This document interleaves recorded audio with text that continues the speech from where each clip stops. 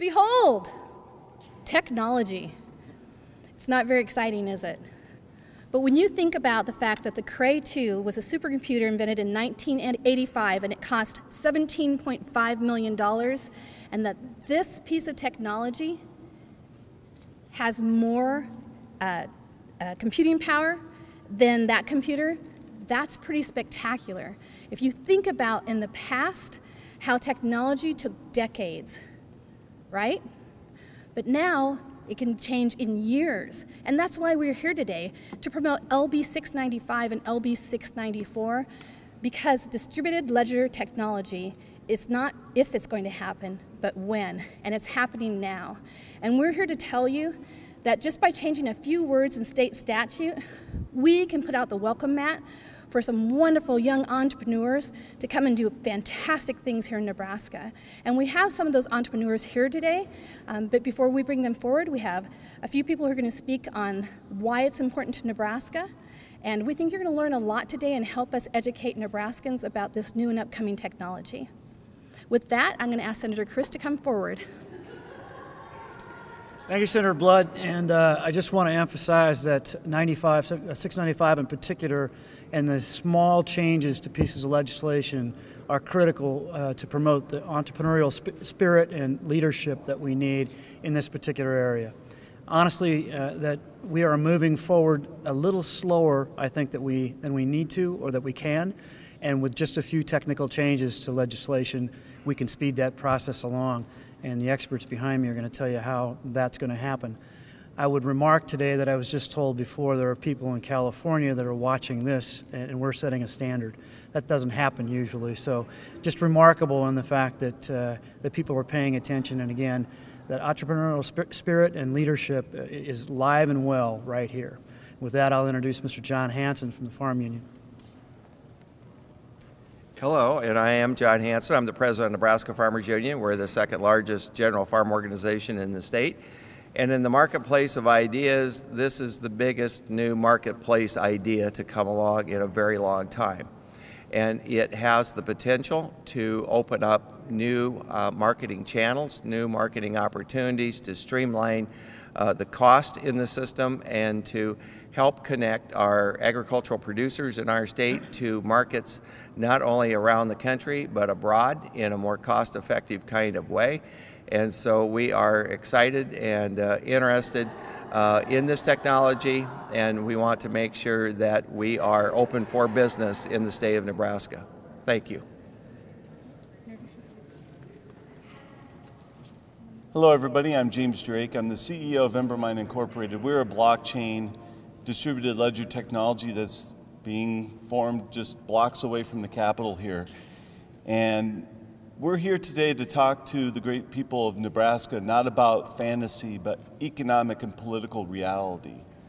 If we don't start getting ahead of the game here and start introducing bills like 694 and 695 to the legislature to increase the opportunities for education of how these technologies can support the businesses that are forming in the great state of Nebraska today, we're going to fall behind those who are going to look for ways to try to limit this technology and limit our ability to be able to exercise our economic power on an individual level, on a business level.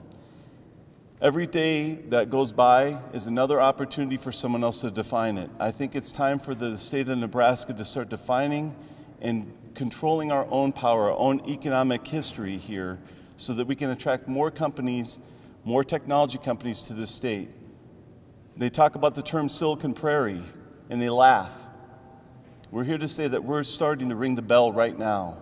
Today is the day where we move forward, and these two bills are the way to move forward and help define this technology so that people will better be able to use it for the businesses that are to come into tomorrow's new digital age. Thank you.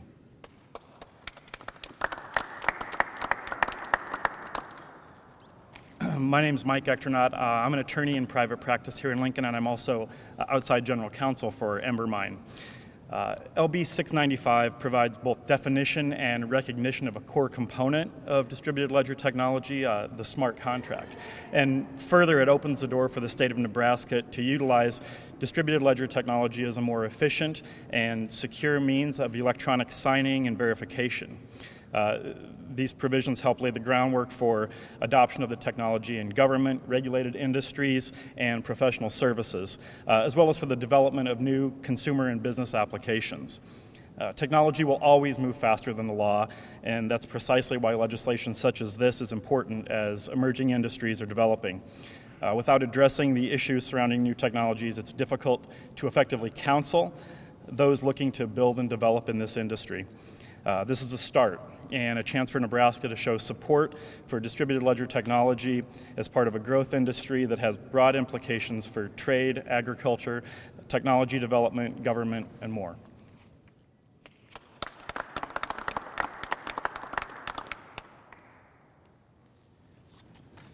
Hello everyone, my name is Garrison Breckenridge, co-founder of Embermine, and I want to talk about the importance of future-proofing Nebraska. Yesterday, the most powerful rocket that mankind has ever created launched into space and is sending a sustainable electric sports car into Mars orbit. That sounds something straight out of science fiction, but it's happening right now. And that's the same thing with blockchain, smart contracts, and related technologies. In the same way that those systems and those structures are meant to persist into the future and to be able to break through the atmosphere and go to new places, I look at blockchain and smart contracts in the same exact light. So if we collaborate between businesses, entrepreneurs, and lawmakers, then we can work together and create a future worth living. Oh, that's all.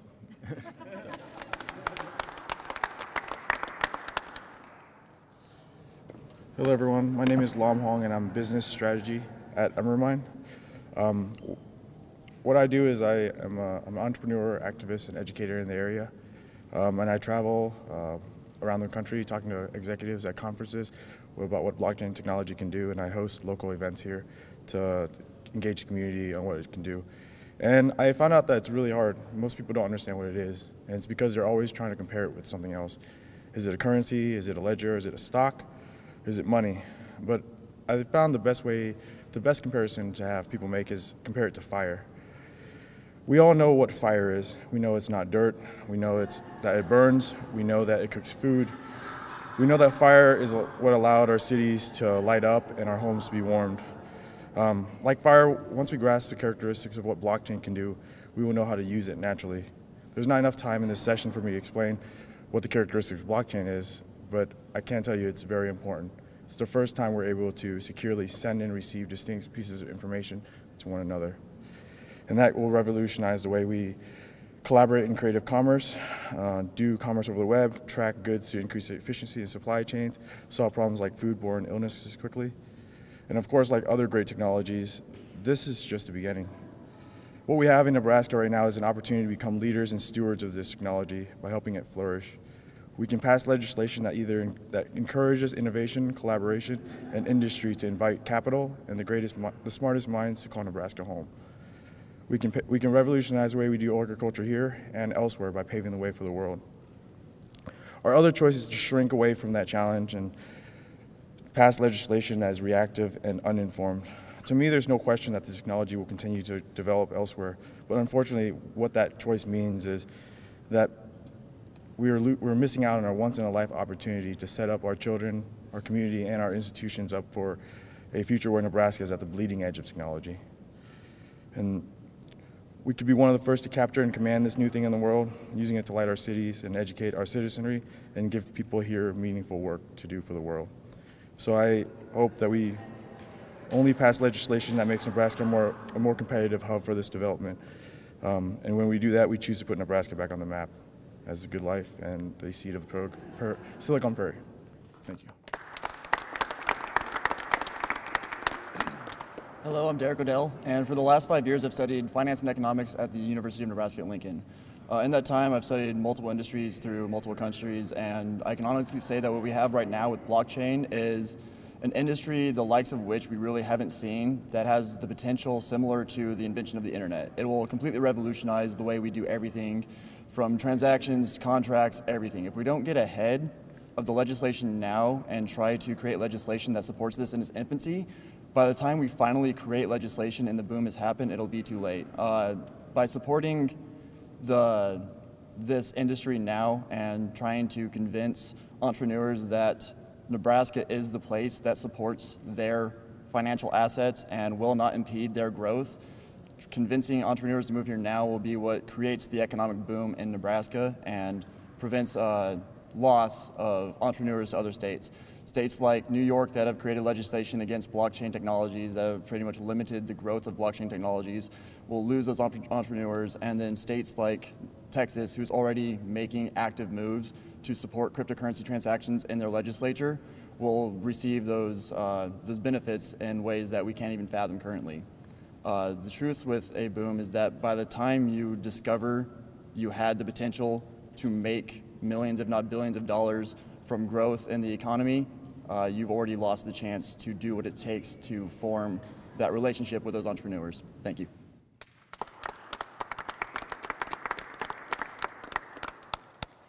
And so in closing, what I'd like to say is, how can we use that here in Nebraska? Well, I want you to do your research. This technology is used in insurance and can be used. Insurance, banking, importing, exporting, autonomous vehicles, healthcare, aeronautics. The list is long, and the race is on. I know for a fact that 10 other states are hustling right now to get in the head of the pack. Nebraska can lead that pack by passing these two bills. And we begin today with the hearing this afternoon. And so I ask all of you, help me educate Nebraskans. Let's get our heads wrapped around this, because we can start a boom here in Nebraska without a tax credit, without TIF, without a grant, just by changing a few words in our statute. And that is powerful. And so today, let's move Nebraska forward and make it a better place for technology. Thank you.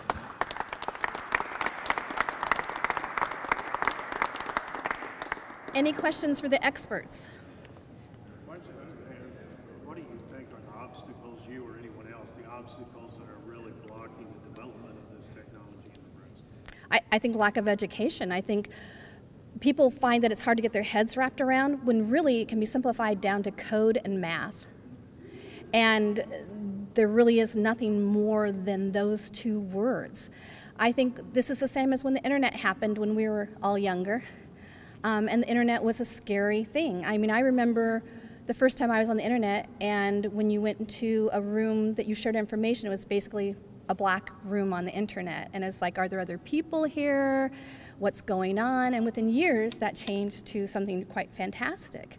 So I believe that it's the fear of technology. It's new, and it moves so much faster than when we were younger. And it's one more thing for people to learn, and they fear it. And I think the other obstacle is that Bitcoin has been in the news a lot, and the media has been sharing that information on Bitcoin. And people have to understand that, first of all, Bitcoin is just one of more than 1,300 types of cryptocurrency, and that it is based on blockchain, which is based on distributed ledger technology, that we have to learn how to separate them in order to get, I think, personally, and perhaps they have different opinions, in order to educate people. I think the only hurdle we have is education. I can't see, we have so many people in the legislature right now that want smaller government. Well, these two bills are making sure that it's not overregulated and making sure that it's an identified type of technology. What more could you want if you want smaller government? And the one thing that we haven't really talked about is that this is going to play a huge role in government, cut down on costs and staffing. I think you're going to see accounts payable and accounts receivable have a whole different job to do here in the next 5 to 10 years when it comes to the government.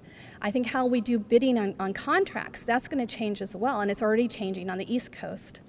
And the other thing that we have for a competitive advantage in Nebraska is, think about it, if you're in California and you want to start a business, and you also look at Nebraska, A home that costs $160,000 in Nebraska is over $1 million in California.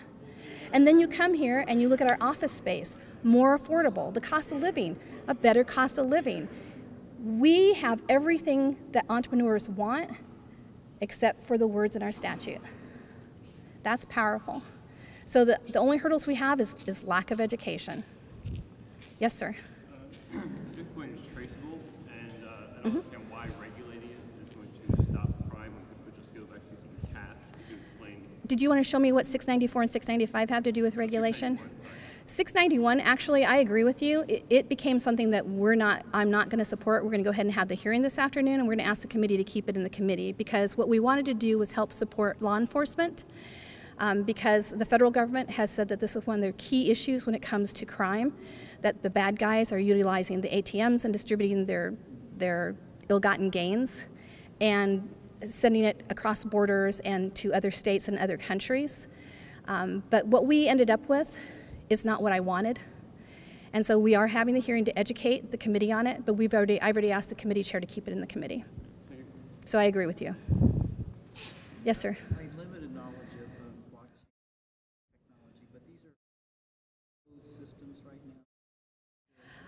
now. When you get technical, I'm going to have who's the most techie person. There we go. Well, I'll let him. he's over there. Okay.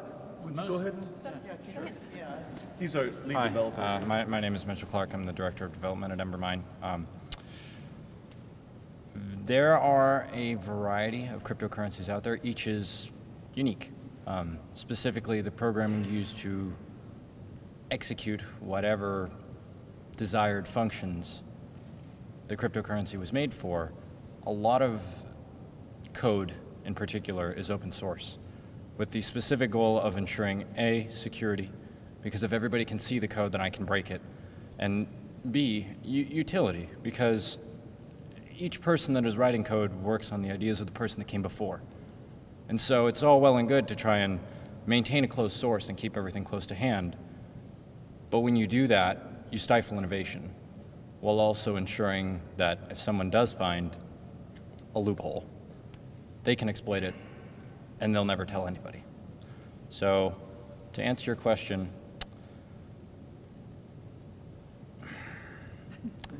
I'm sorry, I'm trying to find the right words and I'm afraid I'm failing. There is a lot of opportunity for people to do bad things with closed source systems that there are not if you open source, which is why almost every cryptocurrency out there, if you want to fork Bitcoin, you can. You can go online and find the code and do that for yourself. And there's a reason for that. And it's very important that we maintain such open, diverse ecosystems going forward for anybody that's trying to build the technology in the future. Thank you. And also, with blockchain technology, apparently, what happens if you get too big? Does the law allow you to still have the opportunity to regulate it? Because if it, you lose some of the advantages, don't you, if you become too big and Can I take this question? Yeah, absolutely. Okay. I was about to say, when it comes to law, I don't have my cup of tea. Well, the big problem that, excuse me, the big problem that happens with a lot of technology here is that you define it in certain terms. The definition of too big or too small or the closed or open is really analog thought. Most of the systems, business systems that we talk about today, the ledgers that exist today are in centralized accounts, in centralized systems like your bank account or excuse me, or even your QuickBooks accounting system. One person has control of that information, of that ledger, and they can do whatever they want with it. I mean, the only thing that prevents the banks from changing the ledgers, making it so that they hold all the money, is regulations, is people examining the records, people being able to examine the ledger and make sure it balances out with everything else. In blockchain technology, because everyone owns, in distributed ledger technology, everybody owns the ledger, nothing can change or happen on the ledger without everyone being aware of it. Now, yes, there's some anonymous figures or code, whatever, that hides individuals who are holding those accounts. But the fact that you can actually see the accounts, actually see the ledger and all of the transactions that occur to it, allow you to be able to have an open system that can be trusted. And when I say trust, you're trusting the ledger, trusting the distributed ledger across the entire environment, not just one person's word. So for example, if you were doing and managing a contract that is issuing lines on the ledger to balance out an account, I can see that. This person can see that. He can see it. She can see it. Everyone will have an opportunity to be able to evaluate whether something right or wrong is done there. What these laws will help us do is help us establish a bedrock, a foundational definition for what these technologies are supposed to do, a sense of legislative intent, that we want to promote and proliferate the use of these technologies, but on common grounds, so that everybody knows what to expect, so that when you actually start the process of developing these technologies, you know what we have to start off with in terms of educational sense to everybody that's going to be involved in the process. By doing that, you can trust it and understand it a little bit better because you know it's based on a fundamental legislative intent of that process. Any other questions? How do you make sure that if the ownership of the blockchain, organization, if they become insolvent, how do you make sure that, how do you make sure that they are solvent? Yeah. Because, if they go under, you could harm a lot of businesses. Absolutely, and that's the beauty of the distributed, decentralized technology such as distributed ledgers and blockchains work, is that, for example, I don't own the network for Embermine. Everybody else, everyone that's a member of the network owns it. They're the ones that are in control of it. They're the ones that ensure that it's solvency. Even if I was to decide to go live in South America for the rest of my life and never have anything to do with Embermine again, it lives on because the individual members who are carrying forth the mission of that particular network can continue to do their work regardless of what I do. This is why this powerful technology needs to be the future. It's because you don't have the people at the very top, at the very apex of the organization, deciding the fate of millions of people. The millions of people are deciding the fate of the one person at the top. And this is what we need to do in order to be able to move forward into the true digital age, is to be able to remove the centralization of all these things. The reason why technology today is so easily hacked is because the people out there, they're ahead of the game. They have one source they can hack that can get 90 million credit card addresses. Well, what if I was to tell you that there's a technology available today where each individual will be able to protect and hold their own data? And by protecting and holding that one data, that shrinks the attack profile for criminals way down to one individual. Sure, I could spend 5 days breaking your code and access your information maybe, but that information may be useless for me, and I won't find out until I put forth all that work. There's no lever of value for them to use it. So even if they attack me, for example, it won't affect anybody else on the network because their information is sacred and special to them, and they control the ledger. They could try to manipulate my information, perhaps, but they can't affect everybody else's. This is actually creating firewalls between individuals, making it increasingly harder and difficult for criminals to take advantage of it. Isn't it thought, too, that Equifax wouldn't have happened if they'd been using DTL? Yes. So that Equifax is a perfect example of a company that, they have more control over my data, over transmitting my information than I do. And that doesn't make any sense because now I'm trusting them to take care of it, control it, provide the correct information. And in order for me to even get it from them, I have to call them, write them, do whatever, and wait 5 to 10 days to get a letter in the mail. What we're talking about here is that you can become your own credit bureau. And you'll be able to trust it because the information is shared amongst everybody. There's no way that I can manipulate or change the data so that it's inaccurate for other people to view. The only reason why Equifax and banks and other centralized sources of this information existed up to this point is because we couldn't trust each other to tell the truth. I could ask you, because it's going to depend on your business, do you have the money? I'll be like, yeah, I have the money. Here, I can show you the data chain that proves what assets I have and don't have, what bills I have or don't have, what credit I have or do not have on my own. You don't have to ask somebody else for permission to use your data anymore. You don't have to ask somebody else for permission to learn about something that's critical for your business anymore. You will have access to that information, and it will be fair and true source record of truth.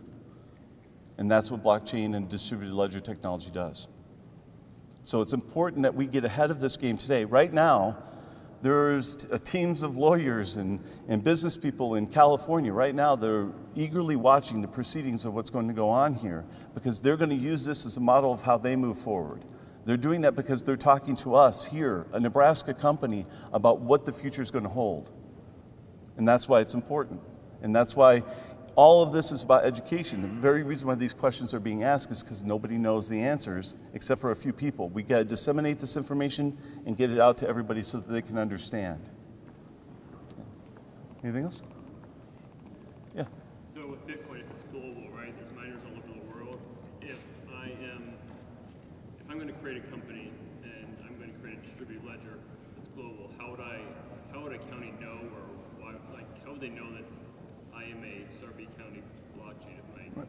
Well, that's one of the stipulations I believe that we're going to be starting to establish here with this legislative intent, is making it so where the process of becoming a corporation in the state of Nebraska hasn't changed, but being able to declare what area and having an actual tax code or an actual physical business code inside of the state regulations, so I can actually claim myself as a blockchain company or a distributed ledger technology or any of these other, AR, AV, any other technologies that are emerging right now are an important step to being able to define ourselves legitimately under state law over what kind of technology we have. And if we avoid that, or we try to disguise that, or use subterfuge to avoid that, there should be criminal positions that make it so where you have to define yourself properly under law. There shouldn't be anything wrong with that. We shouldn't be ashamed that we're a blockchain company. We shouldn't be ashamed that we're a distributed ledger technology, and we should be able to define that and state it proudly. And be able to know that under state law we have certain protections to be able to declare that. And then there's certain regulations that the people of the state can look to and say they're under a certain degree of standards or quality that's important for them to be able to declare this. That you can feel safe and secure that this is not just some... The funny thing is like Embermine as a company, the least compelling thing about it is that it's a blockchain company. It just uses that technology because that's what enables a smart contract technology, which is covered under LB 695, to be able to define that and define smart contracts as legally enforceable under the law. Right now, I could create this and put this out to thousands of people and it look great and be wonderful, but what happens if something goes wrong? Right now, the very definition of how these blockchain technologies are being utilized doesn't have any protection under law either for the company or for the consumer. We need to define that so that code as law isn't the only thing, that we also have an intent, a legislative intent, a business intent, a network intent of doing these technologies the right way. Since it's 12:30, we're going to go ahead and end the press conference because I know we have at least one senator that needs to go. But I want to tell you again, behold technology. This is so exciting, and I'm so glad that you're here to help me share this excitement.